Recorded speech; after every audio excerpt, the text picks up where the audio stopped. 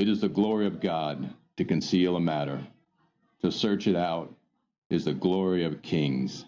This is the Message to Kings podcast.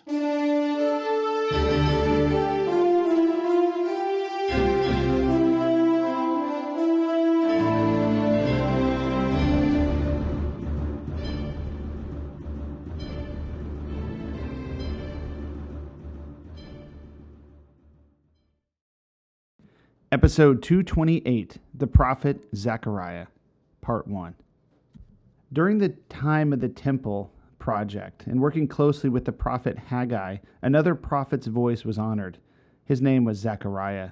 And again, we don't know a lot about the person, but much about the time period. Zechariah's word came forth. Zechariah 1:3. This is what the Lord Almighty says. Return to me, declares the Lord Almighty, and I will return to you, says the Lord Almighty. Do not be like your ancestors to whom the earlier prophets proclaimed. This is what the Lord Almighty says. Turn from your evil ways and your evil practices. But they would not listen or pay attention to me, declares the Lord. Where are your ancestors now? And the prophets, do they live forever? But did not my words and my decrees, which I commanded my servants, the prophets, overtake your ancestors? Then they repented and said, the Lord Almighty has done to us what our ways and practices deserve, just as he determined to do. What comes next is one of his visions, and Zechariah will have at least a dozen of them, and they're short, to the point, and almost proverbial in nature in their interpretation, but they're also revelatory. I mean, he has this common occurrence with the angel of the Lord coming to him and almost having these conversations, but they're almost like he's this outsider looking in, but he's a part of the experience. It's interesting. Zechariah 1:7. And on the 24th day, the 11th month, the month of Shebat, in the second year of Darius, the word of the Lord came to the prophet Zechariah, son of Berechiah, the son of Iddo. During the night I had a vision, and there before me was a man mounted on a red horse. He was standing among the myrtle trees in a ravine. Behind him were red, brown, and white horses. I asked, what are these, my lord? The angel who was talking with me answered, I will show you what they are. Then the man standing among the myrtle trees explained, I will show you what they are. The man standing among the myrtle trees explained, they are the ones the Lord has sent to go throughout the earth. And they reported the angel of the Lord who was standing among the myrtle trees. We have gone throughout the earth and found the whole world at rest and peace. Then the angel of the Lord said, Lord Almighty, how long will you withhold mercy from Jerusalem and from the towns of Judah, which you have been angry with these 70 years? So the Lord spoke kindly and comforting words to the angel who talked with me. Then the angel who was speaking to me said, proclaim this word. This is what the Lord Almighty says. I am very jealous for Jerusalem and Zion. I am very angry with the nations that feel secure. I was only a little angry, but they went too far with their judgment. Therefore, this is what the Lord Almighty says. I will return to Jerusalem with mercy, and there my house will be rebuilt, and a measuring line will be stretched out over Jerusalem, declares the Lord Almighty. Proclaim further. This is what the Lord Almighty says. My towns again will overflow with prosperity, and the Lord again will comfort Zion and choose Jerusalem. Now the word here is redemptive, and it's interesting though, because it says the Lord was angry with the nations that were secure. They went too far in punishment, which seems to be some strange common theme throughout history. It appears war will come to the earth, almost for this reason, as a consequence of this over-punishment. Could it be the nations, they love war too much? And kind of like Cyrus at the end, endless ambition does have its cost. Now, I do want to say something too. So in that last episode, we mentioned the account of Cyrus dying, in a battle with Tamaris. There are other accounts. So this is a weird thing about ancient history. So that's Herodotus's account. And I've always given this disclaimer about Herodotus, that one guy even saw this the other day. They said that Herodotus was a better screenwriter than a historian, though he was, actually considered the father of history because he was one of the first. There are other accounts of Cyrus's death. Some say he died peacefully in his home or his palace. Another one even says he died in battle, attacking in a battle the Indian nation, a nation state or city state closer to India on the eastern side of his empire. But the most commonly held understanding or belief is that he does die in battle with Tamarisk. But I just wanted to say that there are some historians out there that question the validity of the way Cyrus died. But beyond that, we have this common theme through history that these world conquerors, they love to war too much. It was Robert E. Lee, after one of his battles, he said something, I can't remember the exact quote, but it is good that war is so terrible that we would love it too much. Endless ambition has its cost. Interesting. The Lord said, I will return to Jerusalem with mercy, and my house will be rebuilt. Zechariah 1:18. Then I looked up, and there before me were 4 horns. I asked the angel who was speaking to me, what are these? He answered me, these are horns that scattered Judah, Israel, and Jerusalem. Then the Lord showed me 4 craftsmen. I asked, what are these coming to do? He answered, these are the horns that scattered Judah so that no one could raise their head. But the craftsmen have come to terrify them and throw down these horns of nations who lifted up their horns against the land of Judah to scatter its people. And this is interesting. It's just like this short prophetic burst. Then I looked up. This is Zechariah 2. And there before me was a man with a measuring line in his hand. I said, where are you going? He said, to measure Jerusalem, to find out how wide and how long it is. While the angel who was speaking to me was leaving, another angel came to meet him and said to him, run, tell that young man, Jerusalem will be a city without walls because of the great number of people and animals in it. And I myself will be a wall of fire around it, declares the Lord, and I will be its glory within. Come, come, flee from the land of the north, declares the Lord, for I have scattered you the 4 winds of heaven, declares the Lord. Come, Zion, escape, you who live in daughter Babylon, for this is what the Lord Almighty says. After the glorious one has sent me against the nations that have plundered you, for whoever touches you touches the apple of his eye, I will surely raise my hand against them, so that their slaves will plunder them. Then you will know that the Lord Almighty has sent me. Shout and be glad, daughter Zion, for I am coming, and I will live among you, declares the Lord. Many nations will be joined with the Lord in that day, and will become my people. I will live among you, and you will know that the Lord Almighty has sent me to you. The Lord will inherit Judah as his portion in the Holy Land, and will again choose Jerusalem. Be still before the Lord, all mankind, because he has roused himself from his holy dwelling. All right, so this is reassuring to the Jews in Israel. Now God directs his attention to Joshua, the high priest. Just like Zerubbabel was given the word by Haggai, Joshua, the high priest, is next. And it's a powerful moment of intercession. Really, it is. There will be 3 next to each other in this scene. The angel of the Lord, Joshua, and Satan or the devil. Zechariah 3. Then he showed me Joshua the high priest standing before the angel of the Lord and Satan, standing at his right side to accuse him. Then the Lord said to Satan, the Lord rebuke you, Satan. The Lord who has chosen Jerusalem rebuke you. Is not this man a burning stick snatched from the fire? Now Joshua was dressed in filthy clothes as he stood before the angel. The angel said to those who were standing before him, take off his filthy clothes. Then he said to Joshua, see, I have taken away your sin, and I will put fine garments on you. Then I said, put a clean turban on his head. So they put a clean turban on his head and clothed him while the angel of the Lord stood by. The angel of the Lord gave this charge to Joshua.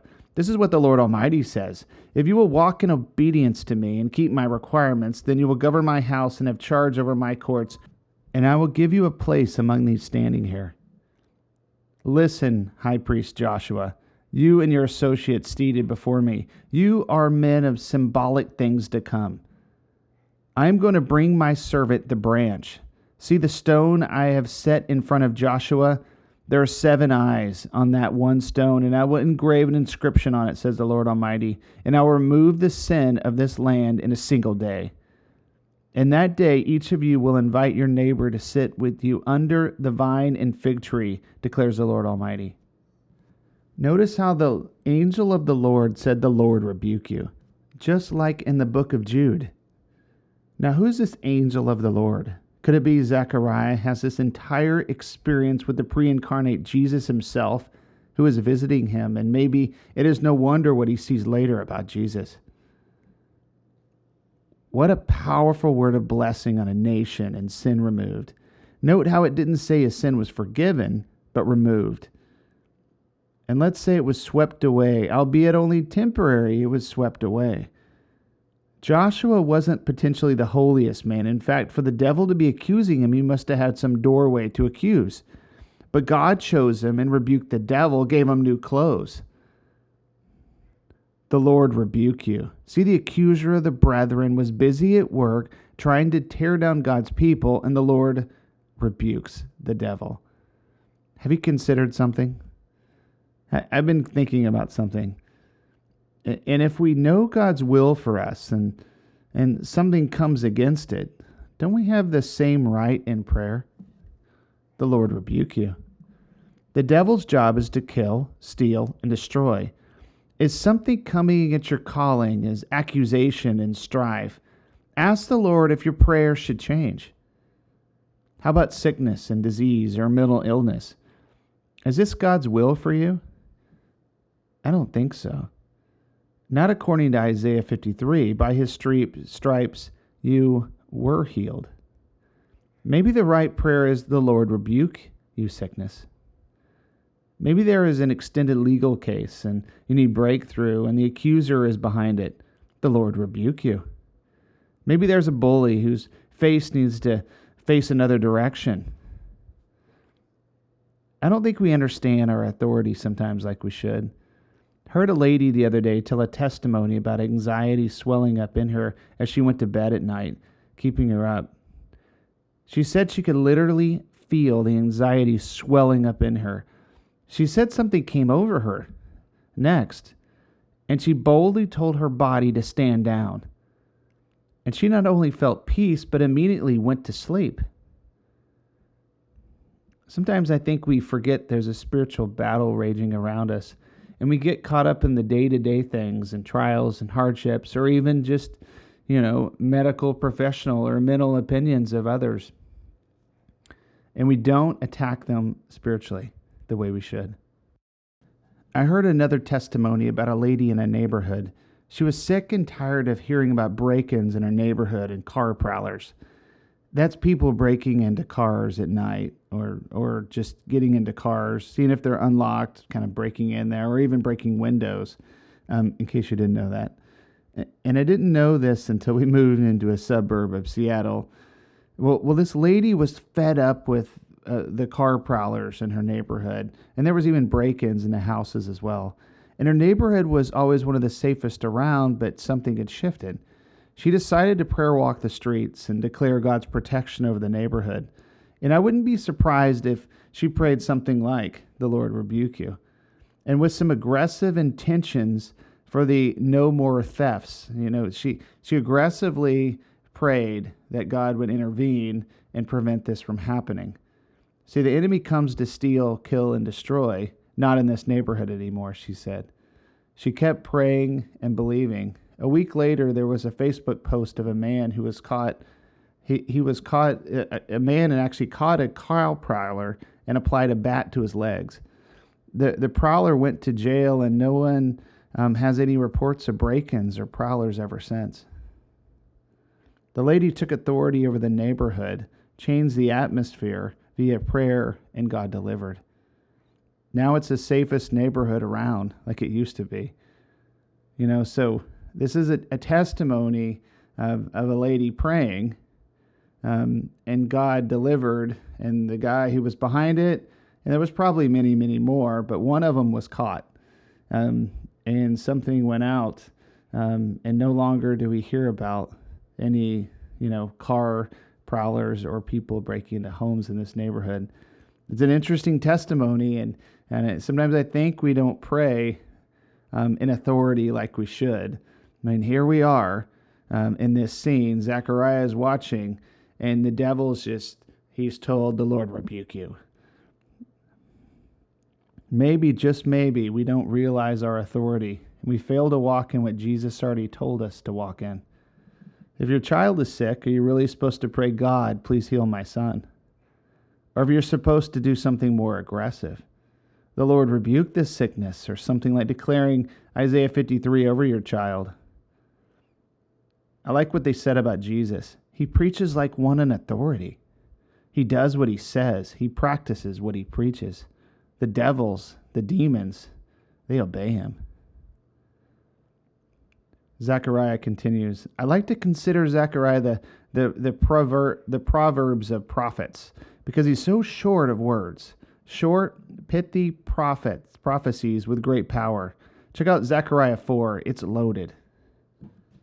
Then the angel who walked with me returned and woke me up, like someone awakened from sleep. He asked me, "What do you see?" I answered, "I see a solid gold lampstand with a bowl at the top and 7 lamps on it, with 7 channels to the lamps. Also there's 2 olive trees by it, one on the right of the bowl and one on the left." I asked the angel who talked with me, "What are these, my lord?" He answered, "Do you not know what these are?" "No, my lord," I replied.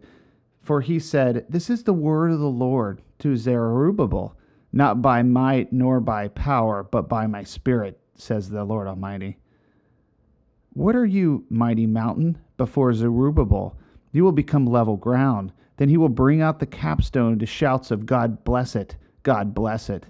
Then the word of the Lord came to me. The hands of Zerubbabel have laid the foundation of this temple. His hands will also complete it. Then you will know that the Lord Almighty has sent me to you. Who dares despise the day of small things? Since the 7 eyes of the Lord that reigns throughout the earth will rejoice when they see the chosen capstone in the hand of Zerubbabel. Then I answered the angel, "What are these 2 olive trees on the right and on the left of the lampstand?" Again I asked him, "What are these 2 olive branches besides the 2 gold pipes that pour out golden oil?" He replied, "Do you not know what these are?" "No, my lord." So he said, "These are the 2 who are anointed to serve the Lord of all the earth."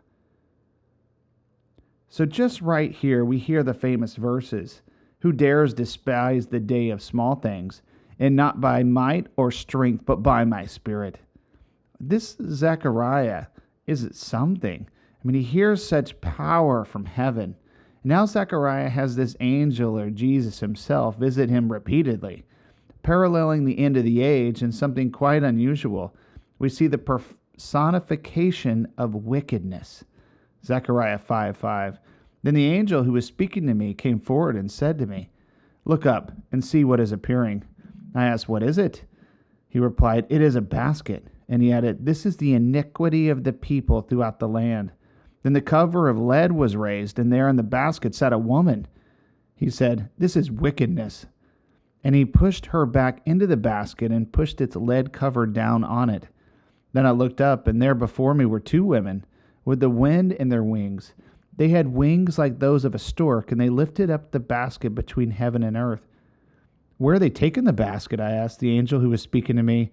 He replied, "To the country of Babylonia, to build a house for it. When the house is ready, the basket will be set there in its place."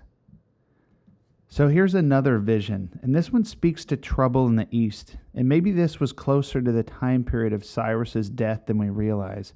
Check out what happens here. Zechariah 4. I looked up again, and there before me were 4 chariots come out from beneath 2 mountains, mountains of bronze. The first chariot had red horses, the second black, the third white, the fourth dappled, all of them powerful. I asked the angel who was speaking to me, "What are these, my lord?" The angel answered, "These are 4 spirits of heaven going out from standing in the presence of the Lord of the whole world. The one with the black horses is coming towards the north country, the one with the white horses towards the west, and the one with the dappled horses towards the south." When the powerful horses went out, they were straining to go throughout the earth. And he said, "Go throughout the earth." So they went throughout the earth. Then he called to me, "Look, those going toward the north country have given my spirit rest in the land of the north." So if you look into this, there's 4 spirits of heaven. All of them were released and went to these directions, north, west, and south. The spirit was given rest in the north. And I don't hold to understand this completely, I mean, seriously. But there is something notable here. The direction of the compass that the spirit did not go was east, in the direction of Babylon and Persia. Rest was not granted to these lands. Instead, we'll find out why, because they were restless for war. And I have to make a confession here. I used to think Zechariah was just out there, and I don't understand him. And, in many ways, I still don't. But with the understanding of history and context, I have to say I understand him a lot more than I used to, though he's so much more of a mystery. And it's that repeated lesson of Message to Kings. With context, we have a fuller picture of what truly happened. We conclude this episode with Zechariah's reflection upon the Lord in Jerusalem and his people. In addition, feel the wealth of high and low emotion in this prophecy. There is such power in vision and promise for the future, combined with the reality of the power of sin and its consequences, and the heaviness of the fear of the Lord accompanying his words. Zechariah 8. The word of the Lord Almighty came to me. This is what the Lord Almighty says. I am very jealous for Zion. I am burning with jealousy for her. This is what the Lord Almighty says. I will return to Zion and dwell in Jerusalem. Then Jerusalem will be called the faithful city, and the mountain of the Lord Almighty will be called the high mountain. This is what the Lord Almighty says. Once again, men and women of ripe old age will sit in the streets of Jerusalem, each of them with cane in hand because of their age. The city streets will be filled with boys and girls playing there. This is what the Lord Almighty says. It may seem marvelous in the remnant of this people at that time, but it will seem marvelous to me, declares the Lord Almighty. This is what the Lord Almighty says. I will save my people from the countries of the east and the west. I will bring them back to live in Jerusalem. They will be my people, and I will be faithful and righteous to them as their God. So you feel the promise in this statement. And Zechariah continues down this path. Yet he also issues a very strong warning against injustice. Zechariah 8:12. The seed will grow well, the vine will yield its fruit, the ground will produce its crops, and the heavens will drop their dew. I will give all these things as an inheritance to the remnant of this people. Just as you, Judah and Israel, have been a curse among the nations, so I will save you, and you will be a blessing. Do not be afraid, but let your hands be strong. This is what the Lord Almighty says. Just as I had determined to bring disaster on you and show no pity when your ancestors angered me, says the Lord Almighty. So now I have determined to do good again in Jerusalem and Judah. Do not be afraid. These are the things you are to do. Speak the truth to each other and render true and sound judgment in your courts. Do not plot evil against each other, and do not love to swear falsely. I hate all of this, declares the Lord.